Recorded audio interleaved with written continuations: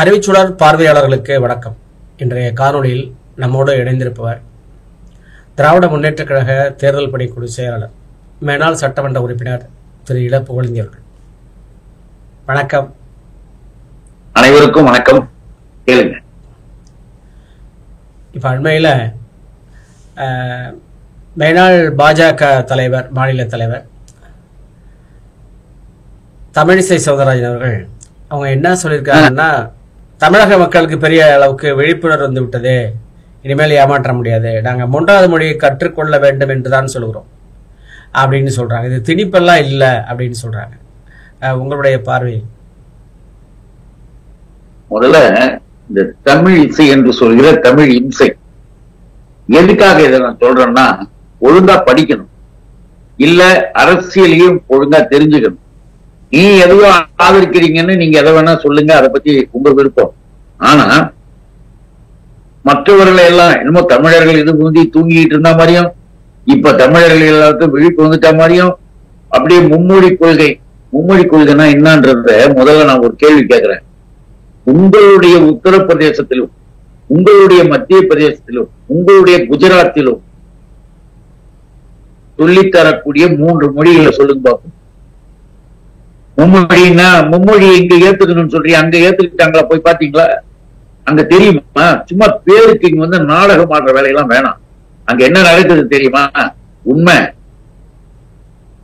கொடுமை நடக்குது. அங்க இருக்கிற படிக்க வேண்டிய வயதில் படிக்க வேண்டிய பிள்ளைகளுக்கு ஒழுங்கான பாடங்களை கூட சொல்லி தரல. வெறும் ஹிந்தி மட்டும், இங்கிலீஷ் கிளாஸே கிடையாது. நிறைய ஸ்கூல்ஸ் எல்லாம் மூடியாச்சு. அதனுடைய விளைவு அவர்கள் மேல இன்னும் படிப்பு உயர்ந்து போக முடியாம, கல்வியிலும் தரம் தாழ்ந்து பல்வேறு மாநிலங்களுக்கு சாதாரண வேலைகளுக்கு ஓடி வராங்க. அதைத்தான் தமிழ் இம்சை விரும்புது. தமிழ்நாட்டில் இருக்கிற இளைஞர்கள் இருமொழி கொள்கையின் மூலமாக படிக்கிறாங்க. நல்லா படிச்சு இன்னைக்கு இஸ்ரோ உட்பட விண்வெளி வான்வெளி ஆய்வுகள் அனைத்து நிலையிலும், அது மருத்துவமாக இருந்தாலும், பொருளியல் துறையாக இருந்தாலும், பொருளாதாரத்துறை பொறியியல் துறையாக இருந்தாலும், எந்த நிலையிலும் தமிழர்கள் முன்னால இருக்காங்க. உலகம் முழுவதும் தமிழ்நாட்டில போயிருக்காங்க. நீங்களே அந்த அம்மா மனசாட்சியோடு நினைச்சு பார்க்கணும். இன்றைக்கு திராவிட இயக்கம் இல்லை என்றால் நீ டாக்டர் ஆகியிருக்க முடியுமா?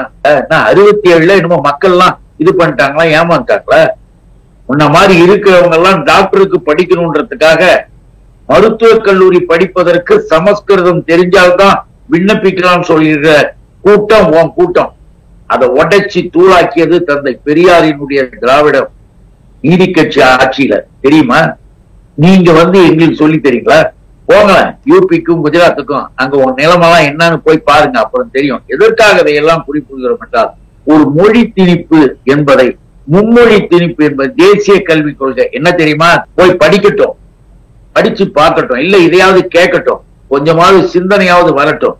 தேசிய கல்விக் கொள்கையில 3வதுக்கும் 5வதுக்கும் 8வதுக்கும் என்ன நுழைவுத் தேர்வு, என்ன பொது தேர்வு, என்ன அர்த்தம்? நம்ம குழந்தைகள் 3வது குழந்தைங்களுக்கு 5வது 8வது படிக்கிற பிள்ளைங்களுக்கா இடைநின்றலை அதிகரிக்க வேண்டும் உன்னுடைய திட்டம், உன் காவிகளின் கூட்டம், உன் RSS கொட்டம். தெரியுதா? அதுக்கு பச்சையா சொல்லணும்னா அதுக்கு முன்னேறிய வகுப்பார் என்று சொல்கிற பார்ப்பனியம். நீயே காஞ்சிபுரத்துக்கு போனீங்கம்மா, தூக்கியில எரிஞ்சாங்க, நீ உள்ளே கால் வைக்க முடியாது. தீட்டு, வர்ணாசிரமம், சனாதனம், சூத்திர கூட்டம் வெளியில நிக்க வைக்கிறான் பாரு, அவனுக்கு போய் வக்காலத்து வாங்கிட்டு சிரிச்சுக்கிட்டு பேட்டி கொடுத்துக்கிட்டு மல்லாந்து படுத்துக்கிட்டு எச்சி துப்பிக்கலாமா? நம்ம பிள்ளைகளினுடைய கல்வி, இந்த கல்வியில அவர்களுக்கு பாதிப்பை உண்டாக்குவதை இந்த அரசு ஒத்துக்கொள்ளாது. நம்முடைய முதலமைச்சர், எங்களுடைய தலைவர் அண்ணன் தளபதி தெளிவா சொல்லிட்டாங்க. நீ 2152 கோடி கல்விக்காக வருடா வருடம் கொடுக்க வேண்டியது, எங்க கிட்ட வசூல் பண்ணி போயிட்டு கொடுக்க வேண்டியதானே? சட்டப்படி கொடுக்க வேண்டியது, சட்டப்படி கொடுக்க வேண்டியது. அது எப்படி தர்மேந்திர பிரதான் வந்து எப்படி அப்படி மிரட்டுறாரு, பிளாக்மெயில் பண்ணுகிற தடித்தனத்தை விடுன்னு எங்க முதல்வர் சொன்னார். அது என்ன தப்பு? நீங்களாம் என்ன பண்ணிருக்கணும் தெரியுமா? நியாயமா இவங்க இப்ப ரவி, இந்த அண்ணாமலை, இவங்க எல்லாம் எங்க போயிருக்காங்க தெரியுமா? திருவேணி சமூகத்துக்கு போய் எந்த தண்ணியில குளிக்க கூடாது, எந்த தண்ணியை குடிக்க கூடாதுன்னு சொல்லிட்டு ஒன்றிய அரசாங்கத்தினுடைய மாசு கட்டுப்பாட்டு வாரியம் வெளியில ரெக்கார்ட் பண்ணிருக்கோம், வெளியில வந்து அறிவிச்சிருக்கான், போர்டு வச்சுட்டான். ஆனா அங்கதான் போய் இவன் குதிக்கலாம். நான் என்ன சொல்றேன், 2 டம்ளர் தண்ணியை குடிச்சிட்டு வாங்க, அப்படி போய் சேரலாம். இந்த பாவிங்க அங்க போய் அந்த தண்ணியில குளிச்சுட்டு வெளியே வந்து பேட்டி கொடுக்கணும். மும்மொழி திட்டத்தை தமிழ்நாட்டில் தேசிய கல்வி, இதெல்லாம் இந்த கதையெல்லாம் வேணாம். அறிவு இருக்கணும். தாய்மொழி என்பது சிந்தனைக்கு, எல்லா மனிதனுக்கும் தாய்மொழி தான் சிந்திப்பு. உலக தொடர்புக்கு ஆங்கிலம். அது வந்து எல்லாருமே இந்தியை தாய்மொழியா கொண்டதாக இருந்தாலும் எந்த மொழியை தாய்மொழியாக கொண்டதாக இருந்தாலும் அண்ணா அதை தான் சொன்னார். தாய்மொழி எல்லாருடைய சிந்தனை, அவன் தாய்மொழி. உலக தொடர்புக்கு ஆங்கிலம். ஒரு குறிப்பிட்ட வயதுக்கு மேல எங்க போய் வேலை செய்தாலும் அங்க குறிப்பிட்ட குறைந்த நாட்களில் பேச்சு வழக்குல அவன் அந்த மொழியை கத்துக்க போறான். இப்ப யூபில இருந்தும் குஜராத்ல இருந்துலாம் இங்க வந்து IPS IAS ஆபீசர்ஸ் வரல, கொஞ்ச நாள் கழிச்சு தமிழ்ல பேசல. ஏன் இங்க இருந்து அங்க போய் பணியாற்றும் போது அங்க போய் பேசல? அவ்வளவா மொழி இல்ல. மொழியை கத்துக்கணும்னா கத்துக்க போறாங்க. தேவை இருக்கின்ற பட்சத்தில் எந்த மொழியை வேண்டுமென்றாலும் கற்றுக்கொள்ளலாம். ஆனால் கல்வி நிலையில சுமையை ஏற்றக்கூடாது. அதுதான் நம்ம சொல்றோம். சின்ன குழந்தைங்க இருமொழி கொள்கையில நல்லா படிச்சு வருதுங்க. அதுங்க தமிழும் ஆங்கிலமும் படிக்கணும். அப்படி படிச்சு வரும்போதே சிரமமாக இருக்குது. ஆங்கிலம் படிச்சு அதுங்க கற்று தேர்ந்து வருது. இதுல இன்னொரு மொழியை சேர்க்கணுமா? எதுக்காக இந்த திட்டம்னு தெரியுதா? புரிஞ்சும் பொய் பேசுறாங்கன்னு நினைக்கிறேன் அந்த அம்மா. நல்லா தெரிஞ்சுங்க. என்ன தெரியுமா? 3வது 5வது 8வது இடைநின்றல் அதிகரிக்கிறோம். இத பாஸ் பண்ணாதான் நீ மேல போலாம். அதை விட கொடுமை என்ன தெரியுங்களா? மனசாட்சியே இல்லையா உங்களுக்கு எல்லாம்? 3வதுக்கும் 5வதுக்கும் 8வதுக்கும் கொஸ்டின் பேப்பர் பொது தேர்வா, அது டெல்லியில இருந்து வருமா, ஒன்றிய அரசாங்கத்திட்ட இருந்து வருமா அந்த கொஸ்டின் பேப்பர் அவங்களுக்கு நுழைவுத் தேர்வுக்கு. அப்ப என்ன அர்த்தம்? அப்படியே வடிகட்டி அப்படியே நிறுத்திட்டு அப்புறம் பாருங்க ஒரு கிளுகிழப்ப காட்டுறான் குழந்தைக்கு கிளுகிழப்ப காட்டல. அவன் எதுக்கு அந்த இனிப்பை கொடுக்கறத மாதிரி 1,00,000 ரூபாய் இடைநின்றல் குழந்தை அவங்க வீட்டு தொழிலை செய்ய போனால் அதுக்கு பிஜேபி காரன் இடைநின்றல்ல நிறுத்திட்டாங்கன்னா எங்க அரசு 1,00,000 ரூபாய் பணம் கொடுக்கும். அவங்க வீட்டு தொழில், அவங்க அப்பாவுடைய தொழில போய் அவன் செஞ்சுட்டு இருக்கலாம்.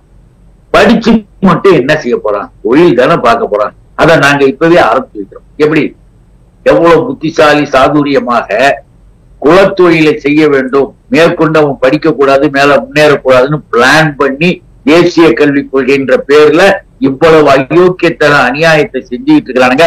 அதை ஆதரிச்சு இந்த அம்மா பேசுதுன்னா விளம்பரம். 67 என்ன அந்த நாடு எப்படி இருந்தது உங்க அப்பாட்ட போய் கேளு, அப்பயாவது உனக்கு தெரியும். இந்த தமிழ்நாட்டு மக்கள் விரட்டி அடித்த காலம். தமிழ் வாழ்க, தமிழுக்காக எங்கள் உயிரை தருவோம் என்ற உண்மையான தமிழ் தியாகிகள், மொழிப்போர் வீரர்கள் வாழற நாடு இந்த நாடு.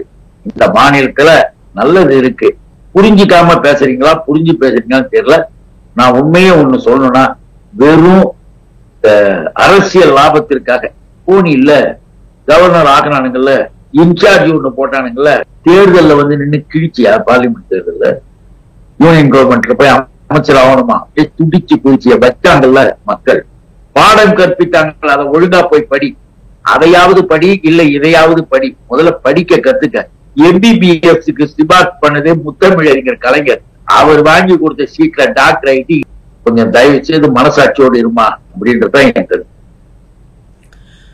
இப்ப மறுபடியும் ஒன்றிய கல்வி அமைச்சர் வந்து சொல்லியிருக்காரு, எந்த மாநிலத்திலையும் இந்திய நாங்க திணிக்க மாட்டோம் அப்படின்னு சொல்லியிருக்காரு. அதை எப்படி பாக்குறீங்க? அதாவது திணிக்க மாட்டோம் என்று சொல்லுகிறதுடைய அர்த்தம் என்ன? நீ கொண்டு வர திட்டத்தினுடைய கூறுகளை வைத்துதான் அதை முடிவெடுக்கணும். உன் வார்த்தைகளை வச்சு நாங்க முடிவெடுக்க முடியாது.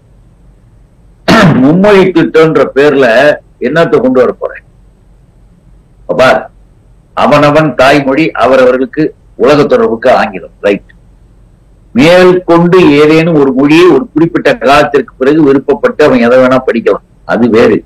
ஆனால் இந்தியை இந்திய ஆசிரியர்கள் போடு, இந்திக்கு கத்துக் கொடுத்தீங்கன்னா தான் நான் இந்த பணத்தை அனுப்புவேன், இப்படி என்ற கூறுகளை வைத்துக் கொண்டு எதுக்கு இந்தி இந்தின்றான்? 1938 ராஜகோபாலாச்சாரியார் மிக தெளிவாக இந்தியை கொண்டு வந்து திணிச்ச போது நம்ம கிளாஸ்ல ஸ்கூல்ஸ்ல 3வதுல இருந்து 6வது வரைக்கும் ஹிந்தி வச்சாரு. கொண்டு வரும் போது ஐயா வந்து மிக எதிர்த்து ஐயா ஒரு கருத்து சொன்னார், பெரியார். அப்புறம் மாதிரி உலக சிந்தனைகளின் தலைவர்கள் அவரு. ஐயா ஒரு கருத்து என்ன சொன்னார் தெரியுமா? இந்தி கொண்டு வராரு ராஜாஜி என்று அல்ல, ராஜகோபால் கொண்டு வராருன்னு இல்ல. ராஜகோபாலினுடைய கருத்து என்ன தெரியுமா? இந்தி கருத்து சமஸ்கிருதத்தை கொண்டு வர்றதுக்காக இந்தின்னு முதல்ல விடுறாரு. அப்புறம் இதை ஏத்துக்கிட்டீங்கன்னா கொஞ்ச நாள்ல சமஸ்கிருதத்தை விட்டு சமஸ்கிருதம் படிச்சவங்க மட்டும்தான் டாக்டர் ஆகலாம், இன்ஜினியர் ஆகலாம், வக்கீல் ஆகலாம்னு முன்னேறிய வகுப்பாருக்கு அரசின் உயர் பதவி எல்லாம் கொடுத்துட்டு உன்னை சீட்டு கிழிக்க விட்டுருவாங்களா, அழகா அடிச்சாரு ஒரு அடி. ராஜாஜி ரிவர்ஸ் பண்ணி வாங்கிட்டு அதுக்கப்புறம் ஒரு காலேஜ் பங்கன், லயோலா காலேஜ் நினைக்கிறேன், ஒரு காலேஜ் பங்கன்ல பேசுறாரு, நான் இந்திய கொண்டு வந்தது நீங்க படிச்சிருந்தீங்கன்னா சமஸ்கிருதத்தை அடுத்து கொண்டு வரலாம்னு நினைச்சேன், அதை வந்து கெடுத்து அறிவுது ஐயாவை. புரியுதா? இப்படி இவர்களுடைய அடுத்த சதி திட்டம். எத்தனை வருஷமானாலும் அவர்கள் திருந்தவில்லை, அவர்கள் மாறவில்லை, திருந்த மாட்டாங்க, மாற மாட்டாங்க. அதுதான் நம்ம முதலமைச்சர் சொன்னார், 10,000 கோடி கொடுத்தாலும் சரி. அதனுடைய அர்த்தம் என்ன? நான் உயிரோடு இருக்கும் வரை நான் எந்த நிலையிலும் போர்க்களத்தில் இறங்குவோம், தமிழ் மீண்டும் ஒரு மொழி போராட்டத்தில் இறங்க வேண்டிய நிலைக்கு உருவாக்கிடாதீங்கன்னு அழகா சொல்லியிருக்காரு. இதெல்லாம் நினைச்சு பார்க்கும் போது தமிழர்கள் விழிப்போடு தான் இருக்காங்க. உரையாடல்கள் மூலமாக, இந்த ஒன்றிய அரசு சொல்லக்கூடிய செய்திகளின் மூலமாக தமிழ் மக்களுக்கு பெரிய அளவுக்கு மொழி உணர்ச்சி, தமிழ் மொழி உணர்ச்சி, தமிழ் மாணவ உணர்ச்சி வருகிறது என்று நாம் எடுத்துக்கொள்ளலாமா? தமிழர்களுக்கு வந்து இப்பயே பாத்தீங்கன்னா மகளிர் வந்து கோலங்கள் மூலமாக இந்திய திணிப்பு கூடாது, இந்திய வெளியே போ, கெட் அவுட். எங்களுடைய இளைஞரணியினுடைய செயலாளர் மாண்புமிகு துணை முதல்வர் அவர் வந்து தெளிவாக ஒண்ணு சொல்றாரு. சொல்லும் பொழுது அதுக்கு ஏதாவது பதில் சொல்லலாம். அதை விட்டுட்டு வேற மாதிரிலாம் இவனுங்க கஷ்டம்தான் பேசும்பொழுது get out Modi, go back Modi என்பது கெட் அவுட் மோடி அப்படின்னு ஆகுதுன்னாரு. இப்ப எல்லா இடத்துலயும் வைரல் ஆகி எல்லா மக்களும் அதை போட ஆரம்பிச்சுட்டாங்க. அந்த மாதிரி மக்கள் ஒட்டுமொத்தமாக சேர்ந்து மொழி அறிவோடு விழிப்புணர்வோடு இருக்காங்க. அதுக்கு என்ன இன்னொரு காரணம் தெரியுங்களா?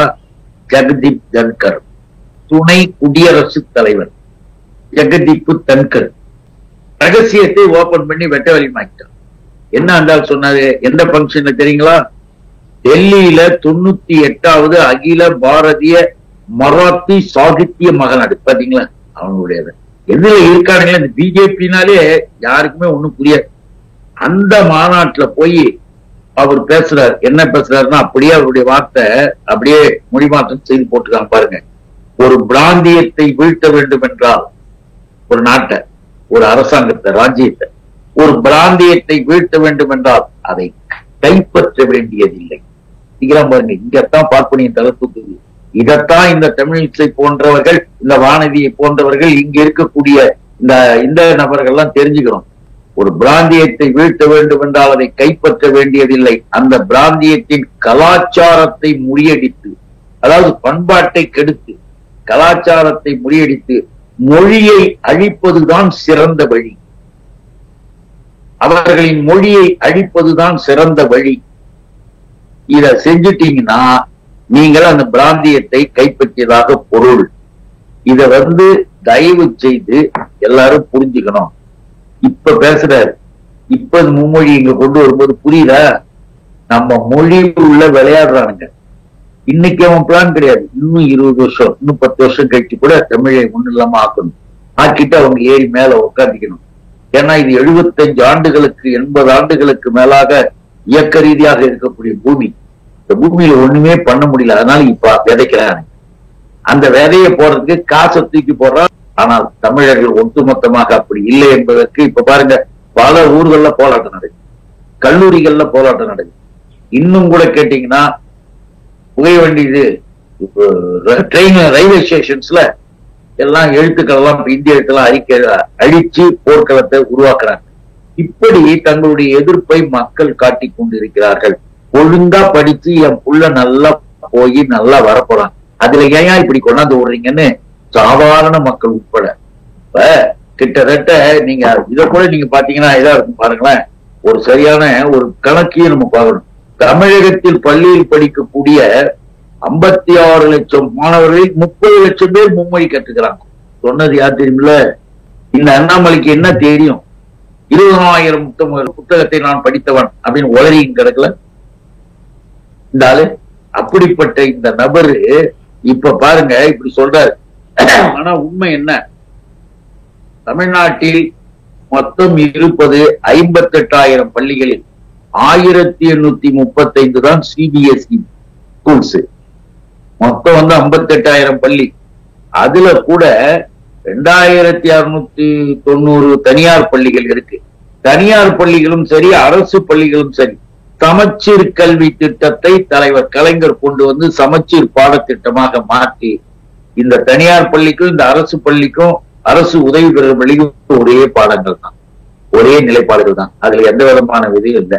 இந்த சிபிஎஸ்சின்னு சொல்லக்கூடிய இந்த பள்ளிக்கூடங்கள்ல தான் மும்மொழி திட்டம்னு இந்திய சொல்லிக் கொடுக்கறதாக இருக்கிறதே தவிர அவன் சொன்ன கணக்கும் இதுக்கும் எந்த விதமான தொடர்பும் கிடையாது. இது நம்ம ஒரு பெருசாக எடுத்துக்கல. அதே நேரத்தில் மும்மொழி திட்டம் என்ற பெயரில் நம்மை ஏமாற்றி ஒரு மொழி திட்டத்தை மட்டுமே வட மாநிலங்களில் வைத்திருக்கிறார்கள். நாளைக்கு இதெல்லாம் சண்ட பிரச்சனை இல்லாம ஏத்துக்கிட்டு தமிழ்நாடு நாசமாகணும்னா, நம்ம பிள்ளைகள் மோசமாகணும்னா எல்லாத்துக்கும் பொது தேர்வு வச்சிருவான், எல்லாத்துக்கும் என்ட்ரன்ஸ், 3வது 5வது 8வது அறிவிக்கிற மாதிரி எல்லாத்துக்கும் என்ட்ரன்ஸ் வச்சா நம்ம மார்க் வாங்குறது வேற, அவங்க மார்க் வாங்குறது வேறன்னுவான். திருத்தறதுலயும் ஏமாத்துவான், கொஸ்டின் பேப்பர்லயும் ஏமாத்துவான். எல்லாமே பித்தலாட்ட கூட்டம். இந்த கூட்டத்திடம் நாம் ஏமாற மாட்டோம் என்று நம்முடைய முதல்வர் சரியா இருக்காங்க. நம்முடைய கூட்டணி இயக்க கட்சி தலைவர்களும் எல்லாமே சரியா இருக்காங்க. அரசியல் கூட நாங்க பார்க்கலன்னாரு முதல்வர், அரசியல் கூட பார்க்கல. அழகாக சொன்னார், அதிமுக உட்பட தமிழ் மொழியை காக்கிற போர்க்களத்துல எங்களோடு வாங்கன்னு நம்முடைய துணை முதல்வரும் நம்முடைய தம்பி உதயாவும் தமிழ் உதயாவும் சொல்லலாம். அந்த அளவிற்கு உணர்வு பூர்வமான லட்சியவாதியாக குரல் கொடுத்திருக்கிறாங்க. எல்லாரும் ஒன்னா அறிக்கை போர்க்களத்தில் இறங்குறோம். இன்னைக்கு கூட திராவிட கழகத்தின் சார்பாக தமிழக தலைவர் ஆசிரியை அறிவித்து நாடு முழுவதும் போராட்டங்கள் நடந்தது. நிறைய செய்திகளை பகிர்ந்திருக்கீங்க. உங்களுடைய நேரத்துக்கு நன்றி. நன்றி, வணக்கம், வாழ்க தமிழ்.